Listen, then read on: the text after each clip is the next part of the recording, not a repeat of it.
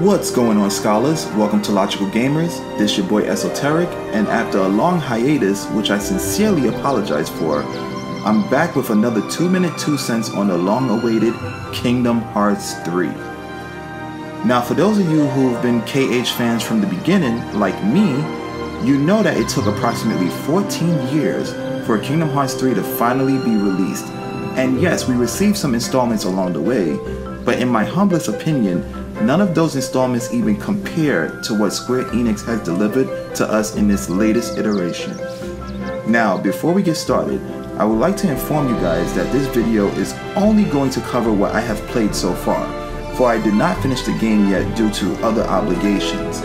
Also, this video will contain some spoilers, so please stop the video if you're looking to enjoy the game from a fresh perspective, yours. So without further ado, let's begin. Now, one of the most obvious pros about the game are the graphics. Kingdom Hearts 3 delivers aesthetics on a whole new level. When just sitting back and visually appreciating the game, whether it's gameplay or cinematics, it feels as though you're watching a Pixar film.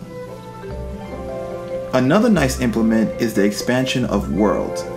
The worlds in KH3 are more vast than its predecessors. There were many occasions where I lost my sense of direction while traversing through these enormous locations. With new areas to explore and new life to interact with, this definitely gives Kingdom Hearts 3 a breath of fresh air.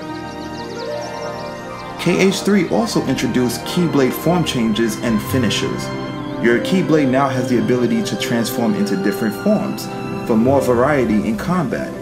Each Keyblade also has its own finisher, moves that deal devastating blows to your enemies.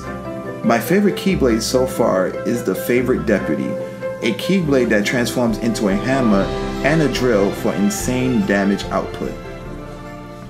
There are so many pros about this game, I could go on and on for hours, but I must get into some of the things I found to be somewhat of cons.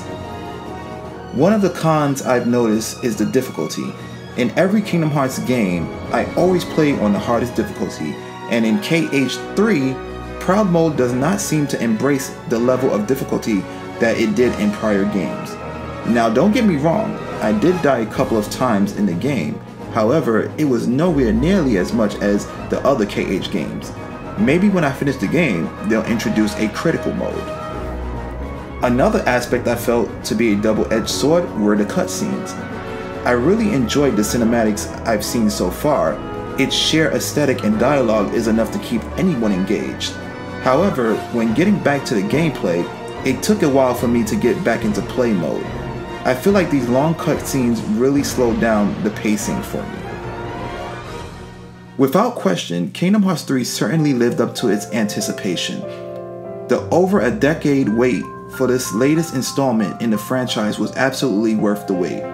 From the story so far, the cinematics, and the incredible gameplay, KH3 definitely delivered to its long-awaited fans.